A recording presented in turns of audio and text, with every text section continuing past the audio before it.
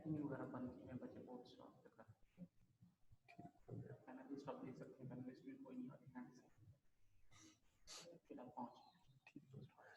اللہ الرحمن الرحیم. عزیز طلباء السلام علیکم. کیا آپ کو میری آواز آ رہی ہے؟ اوکے. آج کچھ انٹرنل مسائل کی وجہ سے ہم نے چیٹ کا آپشن آف کیا ہوا ہے. امید کرتا ہوں کہ آپ لوگوں کو میری آواز آ رہی ہوگی.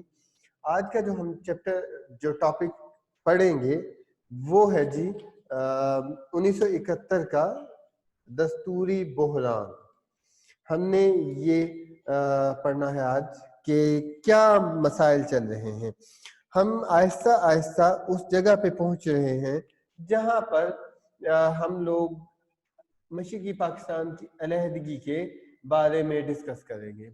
ہم نے دیکھا کہ ایوب خان کا دور حکومت ختم ہوا. ایوب خان کے دور حکومت کے ختم ہونے کے بعد یحییٰ خان کا مارشل لا لگا. یحییٰ خان کے مارشل لا کے بعد ہم نے مشرقی پاکستان اور مغربی پاکستان کے درمیان وہ جو ایک سیاسی جمود تھا اس کے بارے میں ہم نے بڑی تفصیل سے ڈسکشن کی.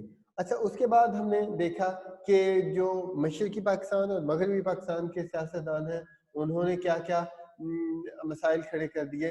آج ہم یہ دیکھتے ہیں کہ جو الیکشنز ہیں اس کے بعد یا الیکشنز کے بعد جو ہے وہ کیا صورتحال ہمیں سامنے آ رہی ہے. وہ جو ایل ایف او دے دیا تھا, جو مجیب الرحمان نے لیگل فریم ورک کا آرڈر دیا تھا جس کے تحت الیکشن کروانے تھے اور جس کے تحت ہم نے نیا دستوری ڈھانچہ بنانا تھا, وہ ساری چیزیں ان کو ہم نے ڈسکس کرنا ہے کہ اس کے بعد کیا ہوا. اب ہوا دستوری بحران آ گیا.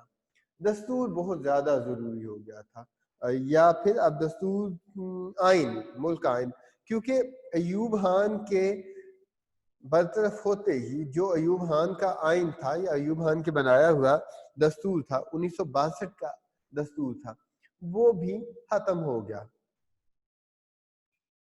اچھا بچوں, اس سے پہلے کہ میں یہ آج کا لیکچر سٹارٹ کروں ایک چیز آپ کو, جنید رضا جنید میری کلاس کا کوئی اسٹوڈنٹ نہیں ہے. یہ کون ہے؟ جنید, سمی, عمر اور جی ہاں بیٹا جی, آپ اپنے باقی گروپ میٹس کو, اپنے باقی کلاس ممبرس کو یہ بتا دیجئے گا کہ جب آپ کی کلاسز سٹارٹ ہوں گی تو اس سے آنورڈ سٹارٹ ہوں گی جو کچھ ہم نے یہاں پہ پڑھا ہوگا. تو اس لیے مناسب یہی ہے کہ کلاس میں آ جایا کریں. کچھ نہ کچھ تو آپ کو سیکھنے میں, سمجھنے میں ضرور ملے گا. صحیح ہے. تو that is a bad thing, bad habit کہ آپ لوگ کلاس میں نہیں آ رہے. آپ لوگ اس کلاس کو, اس لیکچر کو غیر ضروری سمجھ رہے ہیں, حالانکہ یہ امپورٹنٹ ہے کیونکہ اس کے بعد آپ کو یہ چیزیں کہیں پہ بھی نہیں پڑھائی جائیں گی.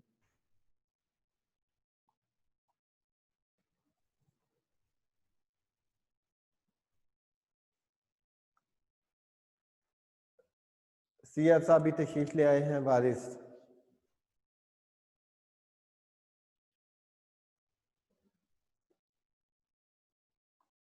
جی وارث لکھ کے بتائیے گا کہ کیا مسئلہ ہے. آپ کا جو سوال ہے وہ پوچھیے گا.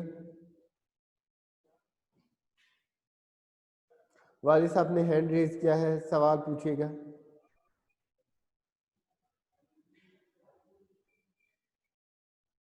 اور وارث صاحب ہینڈ ریز کرتے ہی چلے گئے. اینی ویز جی, چلے آتے ہیں کہ ہم ہمارے جو اس دستوری بحران ہے اس کے بارے میں کیا ہے. بیسیکلی یہ دستوری بحران اس وجہ سے پیش آیا, یہ جو مسائل ہے اس وجہ سے پیش آئے کہ دونوں پارٹی جو ہے, پیپل پارٹی مغربی پاکستان میں اور مشرقی پاکستان کی اگر بات کریں تو وہاں پر جو ہے عوامی لیگ مجیب الرحمان کی, ان دونوں کے درمیان اقتدار کی جنگ چھڑ گئی. اصولاً تو عوامی لیگ کے پاس سیٹس زیادہ تھی, اقتدار اس کے پاس جاتا تھا, لیکن یہاں پہ بھٹو صاحب اقتدار بنگالیوں کو دینے کے چکروں میں نہیں تھے. دستوری بحران کا آغاز کیسے ہوا؟ کیا ہوا کہ یحییٰ کے پاس, جب یحییٰ نے اقتدار اس سے لیا, کیا نام ہے, ایوب سے اقتدار لیا, تو اب یحییٰ کے پاس کچھ آپشن تھے. اس کا دستور کینسل کرنے کے بعد, جو 1962 کا دستور تھا اس کو کینسل کرنے کے بعد 3 آپشن تھے کہ وہ کیا کہہ رہے ہیں. سب سے پہلا تو یہ تھا کہ 1956 کا جو آئین تھا اسی کو بحال کر دیا جائے, اور جو حزب اختلاف تھی, جو اپوزیشن تھی, اس کو 1958 پہ ایٹ دا مومنٹ جب مارشل لا لگایا تھا, مارشل لا والی جگہ پہ واپس اسے لے جایا جائے اور وہیں سے سیاست دوبارہ شروع کی جائے.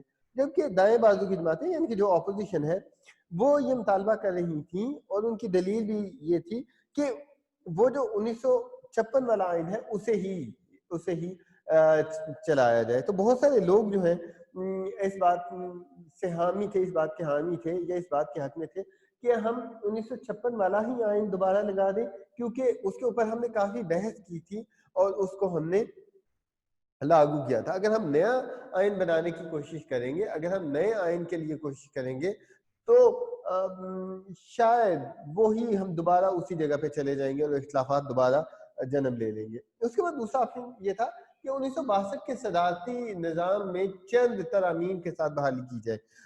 جو 1962 نے جو آئین تھا, 1962 کا آئین جو کہ ایوب خان نے لاگو کیا تھا, ایوب خان نے جو پاس کروایا تھا, ان لوگوں کا یہ کہنا تھا, ماننا تھا کہ اسے ہی دوبارہ لاگو کر دیں.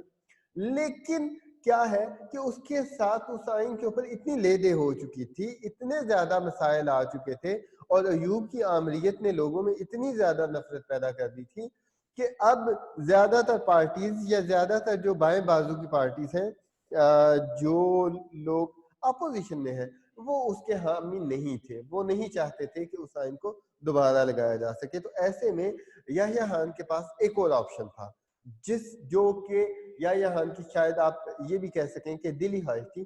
وہ کیا تھا؟ وہ یہ تھا کہ ان تمام سیاسی پارٹیز جو کہ اس وقت ہمارے پاس دونوں بازوؤں میں, جو دونوں بازو ہیں, دونوں ونگز ہیں, مشرقی پاکستان اور مغربی پاکستان, یہاں پر موجود جو سیاسی پارٹیز ہیں ان کے ساتھ صلاح مشورہ کر کے ایک نیا دستور بنا دیا جائے. اور یہی وہ دستور تھا جو چاہ رہے تھے یحییٰ خان بھی جو چاہ رہے تھے, یہی وہ سلوشن تھا, سوری دستور نہیں.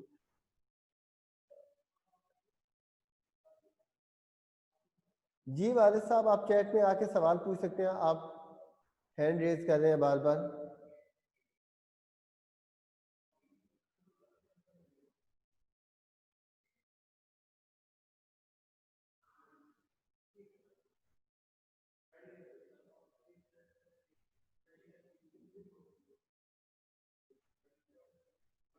اوکے جی, اینی ویز آگے چلتے ہیں. جی اب کیا ہے کہ کچھ اقدامات جو ہے وہ ایوب خان نے یحییٰ خان نے اس دستوری جمود کو ختم کرنے کے لیے کچھ اقدامات کرنے کی کوشش کی. وہ کیا ہے, اپنے بک کے پیج نمبر 202 کے اوپر آئے. وہ تھا کہ وحدتی مغربی پاکستان کو ہاتھنے کا اعلان کر دیا. اس سے عوامی لیگ کی یہ خواہش پوری ہو گئی کہ مشرقی پاکستان کو متحدہ مغربی پاکستان کے ساتھ معاملہ کرنے کے بجائے چھوٹے صوبوں کے ساتھ معاملہ کرنا پڑے, کہ یہ اب وہ ایک بڑے صوبے کے مقابلے میں ایک بڑا صوبہ ہونے کے بجائے بڑے صوبے کے مقابلے میں چھوٹے صوبے آئے. تو یہ والا ان کا تھا, جو کہ کم از کم مجیب کے حق میں یہ بات کافی اس کے حق میں یہ جاتی تھی. اس کے بعد تھا پوائنٹ نمبر 2 ہے کہ یحییٰ خان نے عوامی لیگ کا دوسرا مقابلہ 1 مین 1 ووٹ بھی تسلیم کر لیا, جس کا مطلب یہ تھا کہ آبادی کی بنیاد کے اوپر مشرقی پاکستان کو قومی اسمبلی میں مستقل اکثریت دے دی گئی. اب سمپل سی بات ہے جی, 1 مین 1 ووٹ کے اوپر جب فیصلہ ہوگا تو اب آبادی کا جو ایک بڑا حصہ ہے وہ ایک صوبے پہ مشتمل ہے. میں پورے پاکستان کی آبادی کی بات کر رہا ہوں, تو پورے پاکستان کی جو ساری آبادی ہے اس کا ایک بڑا حصہ مشرقی پاکستان میں, یعنی کہ جو بعد میں بنگلہ دیش بن گیا, اس پہ مشتمل تھا. تو اب ڈیفینیٹ سی بات ہے نا کہ جن کے پاس زیادہ آبادی ہے 1 مین 1 ووٹ کی بنیاد کے اوپر, وہی زیادہ سیٹیں لیں گے. یوں سیٹیں لینے کی صورت میں جو مرکزی اسمبلی تھی اس میں آپ نے مشرقی پاکستان کو ایک مستقل سیٹ مستقل جگہ دے دی. تیسرا تھا یحییٰ خان نے مخلوط طریقے انتخاب کو برقرار رکھا. انڈر لائن کریں گے اس کو.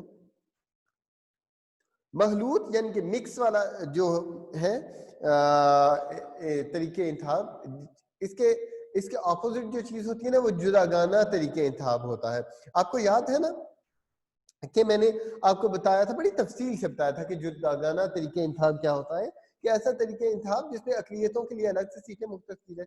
تو یہاں پر انہوں نے مخلوط طریقے انتخاب کو سلیکٹ کیا کہ لوگ جو ہیں وہ کوئی بھی انتخاب میں کھڑا ہو سکتا ہے اور کوئی بھی ووٹ دے سکتا ہے. اس کا سب سے بڑا نقصان پتہ کیا ہوا کہ بنگلہ دیش میں جہاں پر ہندو آبادی کی اکثریت تھی، وہ اگر کسی ہندو اکثریتی علاقے میں کوئی مسلمان رہنما کھڑا ہوتا ہے الیکشن میں، تو اسے ان ہندوؤں کو راضی کرنا بھی ضروری تھا. اب ان کیس کہ وہ ہندوؤں کی ووٹ لے کے کامیاب ہو جاتا ہے اور وہ پارلیمنٹ میں آ جاتا ہے تو اب وہ ہندو جو ہیں، ہندو ہیں وہ اس سے پارلیمنٹ میں اپنے شرائط جو ہیں، اپنی جو مسائل ہیں یا اپنی جو مرضی کی شرائط ہیں ان کے اوپر فیصلے کروا سکتے ہیں. تو یہ ایک بہت بڑا ڈرا بیک تھا اس کا. اس کے بعد ہے جی ایل ایف او میں مہیا کردہ ڈھانچے میں مرکزی قانون ساز اسمبلی صرف ایک ہی ایوان پر مشتمل تھی. انڈر لائن کریں. جبکہ عام وفاقی حکومتوں میں ایوان بالا بھی موجود ہوتا ہے جس میں تمام صوبوں کو برابر نمائندگی دی جاتی ہے. کل میرے سے پوچھا جا رہا تھا کہ وفاقی حکومت کیا ہوتی ہے. وارث، یہ آپ کا کویسچن تھا کہ وفاقی حکومت کیا ہوتی ہے. تو کل وہ یہی کہ جس میں صوبوں کے پاس بھی نمائندگی ہوتی ہے. ٹھیک ہے جی. سینٹ کا جو ایوان ہوتا ہے وہ ٹوٹل صوبوں کی نمائندگی کا ہوتا ہے. تو یہاں پر تو وہ موجود ہی نہیں تھا. اس سے یہ ہوا کہ چھوٹے صوبوں کو یہ احساس ہونا شروع ہو گیا کہ ایل ایف او میں ہماری بات تو کوئی سنی نہیں جائے گی، تو بڑے صوبوں کے بارے میں فیصلے ہوں گے کہ بڑے صوبوں کی آواز زیادہ سنی جائے گی. تو بڑا صوبہ کون تھا؟ وہ مشرقی پاکستان ہی تھا. پوائنٹ نمبر 5 ہے جی، عام طور پر دستور کی تشکیل اور اس میں ترمیم کے لیے حاضر ارکان کی اکثریت کافی نہیں ہوتی، بلکہ کچھ اور تحفظات بھی رکھے جاتے ہیں. مثلا مرکزی اسمبلی کے علاوہ صوبوں کی اکثریت یا 3/4 ارکان کی حمایت کی شرط لگا دی جاتی ہے. لیکن ایل ایف او نے اس طرح کا کوئی اہتمام نہ کیا، بلکہ مجیب الرحمان کو سادہ اکثریت کی بنا پر ہر قسم کا دستور بنانے کا مجاز بنا ڈالا. انڈر لائن کریں جی، مجیب الرحمان سے لے کے مجاز بنا ڈالا تک. یہ بات مغربی پاکستان کے قائدین کے لیے قابل قبول نہ تھی. بالخصوص ذوالفقار علی بھٹو اس کے خلاف احتجاج کیا اور کھینچا تانی کی سیاست شروع ہو گئی.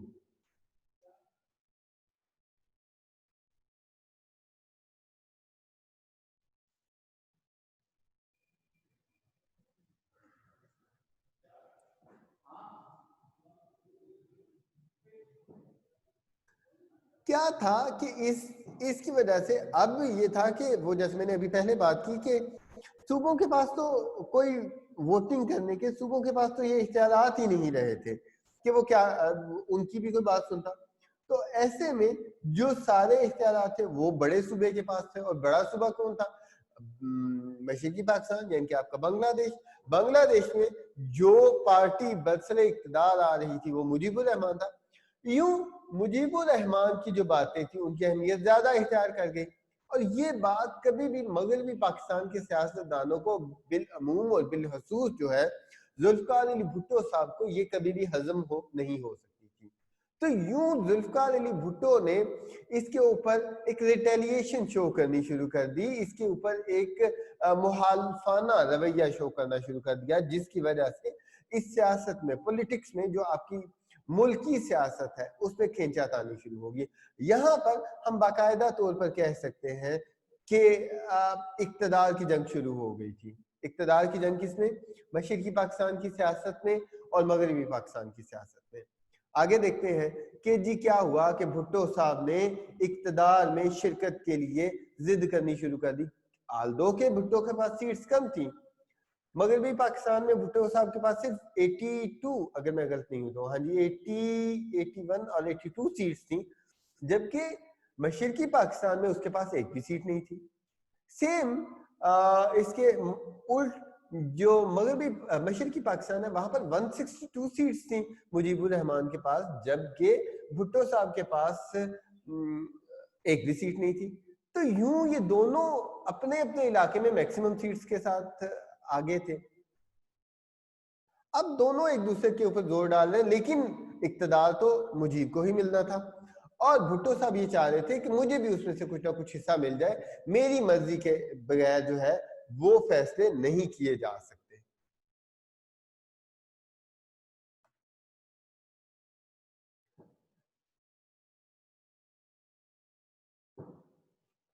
بھٹو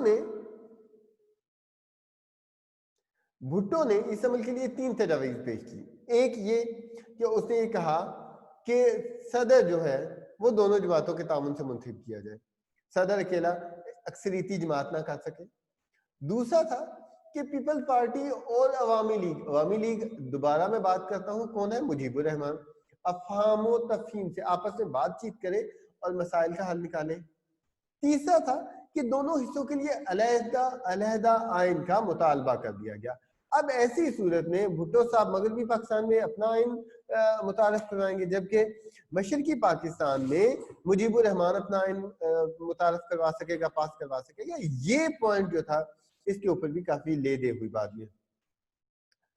اس کے مقابلے میں جو مجیب الرحمان ہے وہ اس کی ایک ہی ضد تھی کہ وہ اپنے جو 6 نکات ہیں ان کے اوپر ہی اڑا ہوا تھا.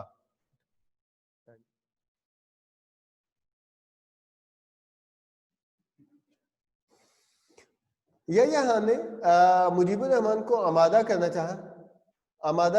چاہا کہ پیپلز پارٹی کے ساتھ کوئی سمجھوتا کر لیں، کوئی پیپلز پارٹی کے ساتھ جو ہے وہ بات چیت کر لیں. لیکن کیا ہوا کہ اس نے یہ کہا کہ اس کا مطلب ہے کہ اگر میں پیپلز پارٹی کے ساتھ اتحاد کر لوں یا اس کے ساتھ سمجھوتا کر لوں تو اٹ مینز کہ میں جو مشرقی پاکستان میں جو انتخابات ہوئے ہیں ان کو پس پشت ڈال دوں. اب مشرقی پاکستان کے انتخابات کیا ہوئے تھے؟ مشرقی پاکستان کے جو انتخابات تھے یا مشرقی پاکستان میں جو الیکشن کے ریزلٹس تھے وہ تو یہ کہتے تھے کہ انہوں نے مجیب الرحمان کے اوپر پورا اعتماد کیا تھا اور بھٹو کو جو ہے وہ پس پشت ڈال دیا تھا. بھٹو کو وہاں پہ کوئی ویلیو نہیں دی تھی. اب مجیب الرحمان کا یہ کہنا اپنے اینڈ پہ بالکل درست تھا کہ میری عوام نے اگر بھٹو کے ساتھ بات کرنی ہوتی، میری عوام نے بھٹو کے اوپر اعتماد کرنا ہوتا تو وہ اسے ووٹ دے دیتے نا.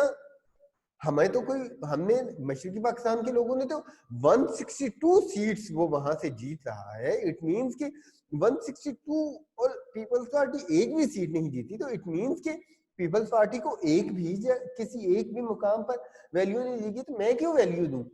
دوسری بات، اس نے جب یہ کہا نا کہ کیا نام ہے اس کا، یحییٰ خان نے مجیب کو کہ تم بات چیت کر لو، تو اس نے کہا کہ آپ جو یہ بات چیت کرنے کا کہہ رہے ہیں نا، اٹ مینس کہ آپ مشرقی پاکستان اور مغربی پاکستان کے درمیان میں ایک جھگڑا کھڑا کرنے کی کوشش کر رہے ہیں.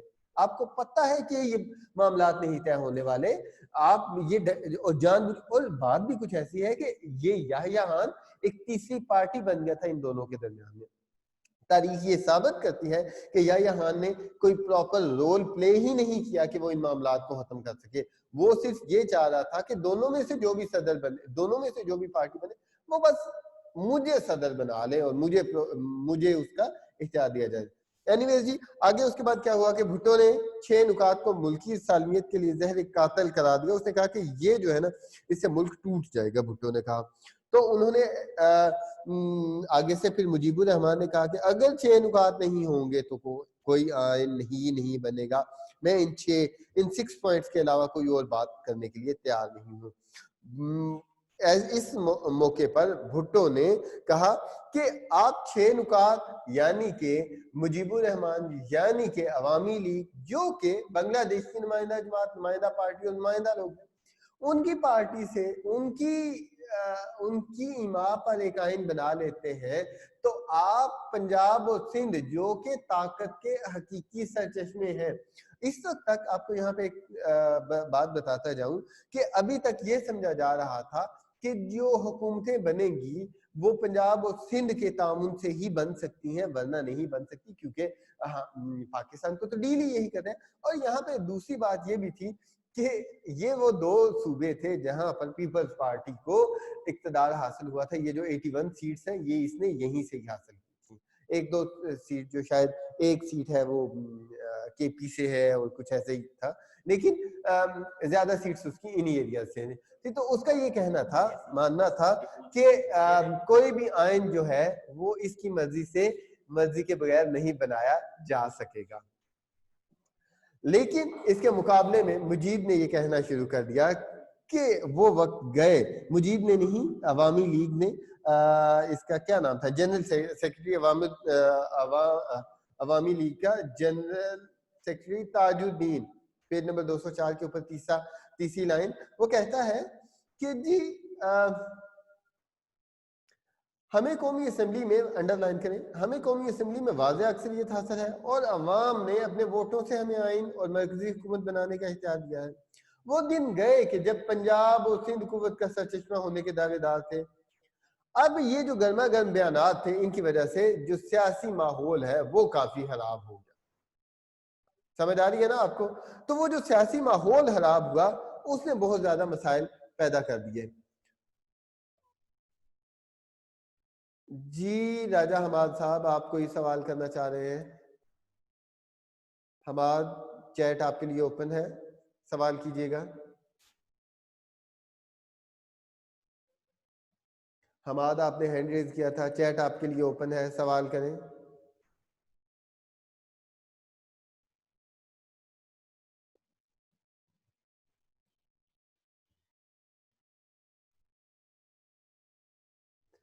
بسمہ کا بھی سوال موجود ہے. جی بسمہ بیٹا، آپ کے لیے بھی چیٹ اوپن ہے، کریں سوال.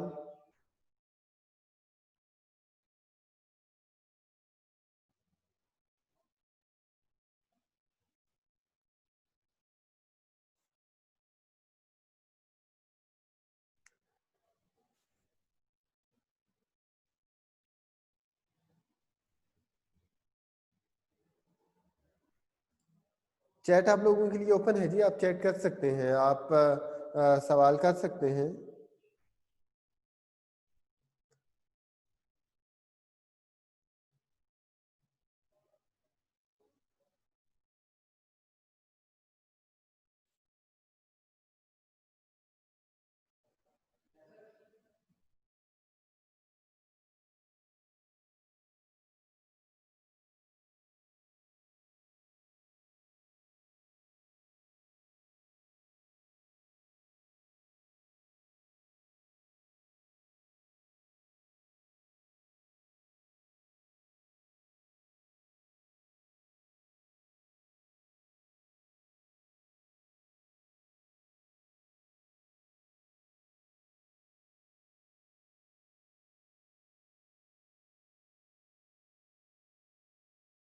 اوکے جی، چیٹ آپ کے لیے اوپن ہے، جو آپ نے کویسچن کرنا ہے کر سکتے ہیں.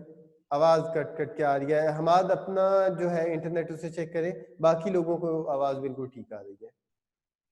ہمارے ہاں انٹرنیٹ بالکل اوکے ہے، کیونکہ سائڈ پہ دوسرے سسٹم کے اوپر ساتھ ساتھ اسے مانیٹر کیا جا رہا ہے اور آواز بالکل ٹھیک آ رہی ہے.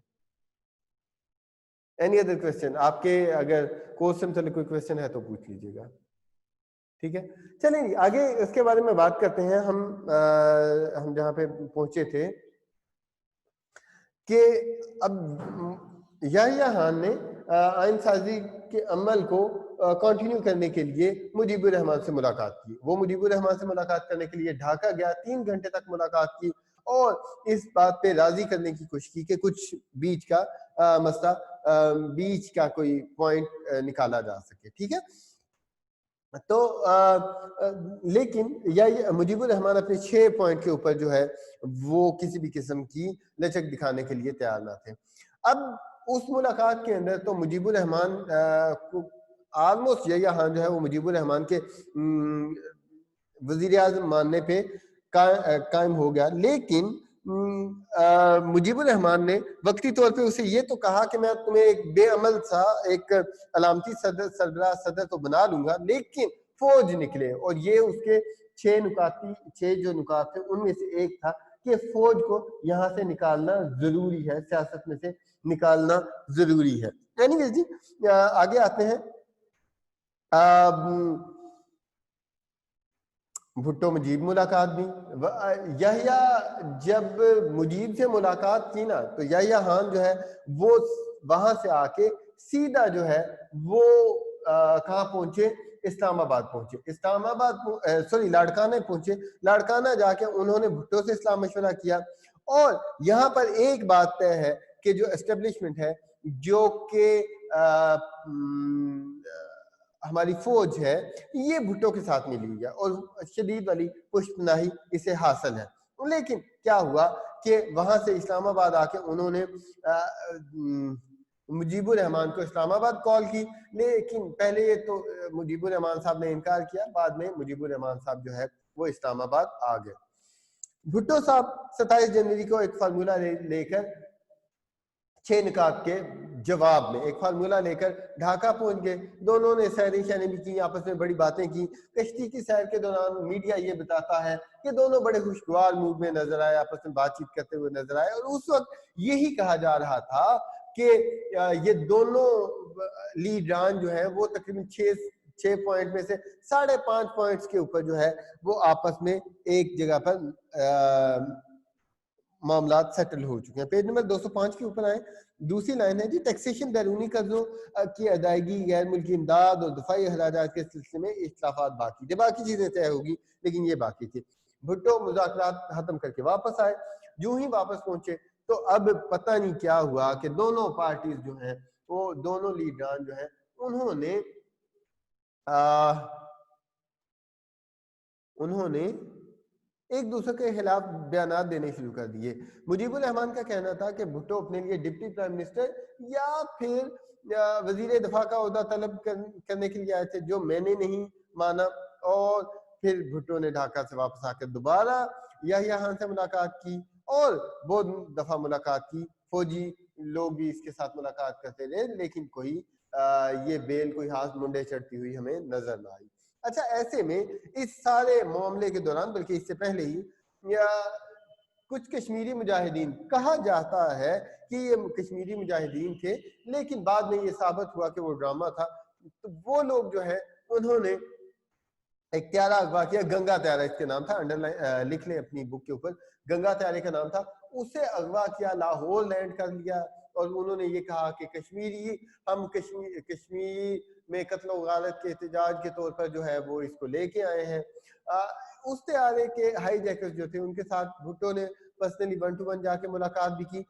اچھا، اس سے پہلے ان تمام طیارے میں موجود تمام جو مسافر تھے انہیں نکال کے ہوٹلوں میں ٹھہرایا گیا اور بڑی اچھے طریقے سے انہیں جو ہے انڈیا واپس بھجوایا گیا. اور لیکن اس سارے ڈرامے کا جو ہے یا اس سارے حادثے کا جو الزام ہے بھارت نے پاکستان کے اوپر لگا دیا اور اس کو جواز بناتے ہوئے مشرقی پاکستان اور مغربی پاکستان کے درمیان فضائی حدود کو بند کر دیا کہ اب پاکستان کو ایک وہ جو کنیکشن تھا وہ بھی ختم ہو گیا. اس کے بعد یہ آ جاتا ہے آخری پوائنٹ آج کی ہمارے لیکچر کا، وہ تھا بھارت کا طرز عمل. اچھا، اس سارے معاملے میں اور ان تمام معاملات میں بھارت کا جو طرز عمل ہے وہ بھی بڑا عجیب سا رہا. عجیب تو نہیں کہیں گے لیکن وہ ضرور ایسا رہا کہ بھارت جو ہے وہ اس در پہ تھا کہ کسی طریقے سے یہ جو کلیش ہے وہ بڑھتا جائے. اس معاملے میں مجیب الرحمان کو فلی سپورٹ کیا گیا. مجیب الرحمان کی نہ صرف جو ہے وہ مالی اور سیاسی حمایت کی گئی بلکہ مجیب الرحمان کے پوائنٹ آف ویو کو جو ہے وہ پوری دنیا میں اچھالا گیا. بہت سارے ذرائع ابلاغ جو ہیں، پرنٹ میڈیا، ریڈیو اور اس کے علاوہ جو ہے جو انٹرنیشنل جرائد تھے، رسالے تھے، نیو یارک ٹائم کی بات کر لیں، ہیرالڈ کی بات کر لیں، وہاں پر بھی مجیب الرحمان کی یہ 6 نکات تھے. اور یہ جو اس کے ساتھ ایک وہ جو ہمدردی تھی اس کو بڑی زور و شور سے جگہ دی گئی. تو یوں یہ بھارت کا جو طرز عمل ہے یہ بھی بڑا امپورٹنٹ تھا. اور پھر اس کے بعد کیا ہوا کہ بھارت نے اپنے بہت سارے تخریب کار جو تھے ان کو یہاں پر ڈپلائے کرنا شروع کر دیا.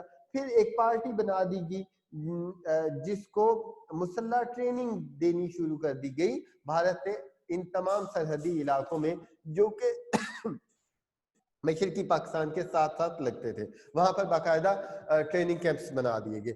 یوں بھارت نے ایک انتہائی امپورٹنٹ، آپ نیگیٹو ہی کہیں گے، ایک انتہائی امپورٹنٹ نیگیٹو رول پلے کیا مشرقی پاکستان کی پالیٹکس میں، کہ وہ جو نفرت بلٹ ہو چکی تھی، یا وہ جو سیاسی جمود آ چکا تھا، یا وہ جو نفرت مغربی پاکستان سے مشرقی پاکستان کے درمیان بن چکی تھی، اس کو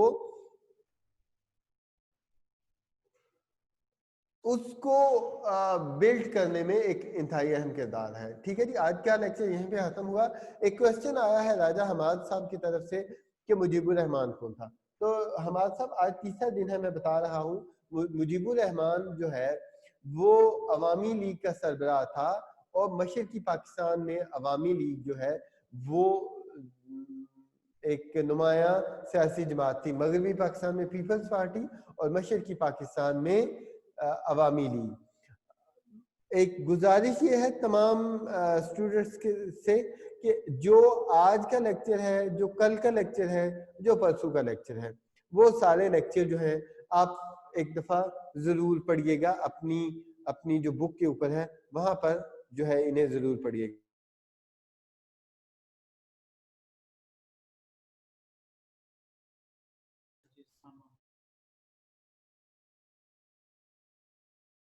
تو یہ ساری چیزیں میں نے بتا دی ہیں. اگر آپ کو کوئی پرابلم ہو تو آپ پرسنل نمبر میرا لے سکتے ہیں، واٹس ایپ کے اوپر بھی میرے سے پوچھ سکتے ہیں. بوائز کی کلاس میں تو موجود ہے، گرلز کی کلاس اپنی جو کلاس ٹیچر ہیں ان سے یا پھر میم سے میرا نمبر لے سکتے ہیں. اچھا مجھے بتائیے گا جی، آپ لوگوں کو آج کا لیکچر سمجھ آ گیا؟ چیٹ میں بتائیے گا. حماد، مجیب الرحمان کا پتہ چلا؟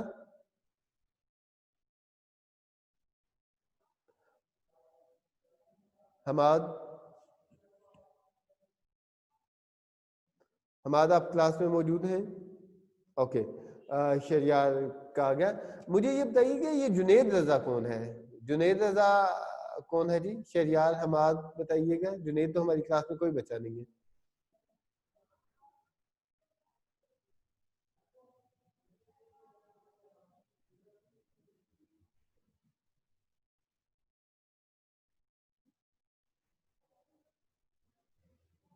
اینی ویز جی، آج کا لیکچر ختم ہوا. انشاءاللہ کل ملتے ہیں ایک نئے لیکچر کے ساتھ. اوکے جنید، یہ ہسٹری کی کلاس ہو رہی تھی آپ. اوکے کوئی مسئلہ نہیں ہے. ٹھیک ہے جی، ٹھیک ہو گیا. اللہ حافظ جی، ہیو اے نائس ڈے. انشاءاللہ کل ملتے ہیں. السلام علیکم. نہیں کوشچن تو پوچھیں، میں بتا دوں گا میر صاحب کو.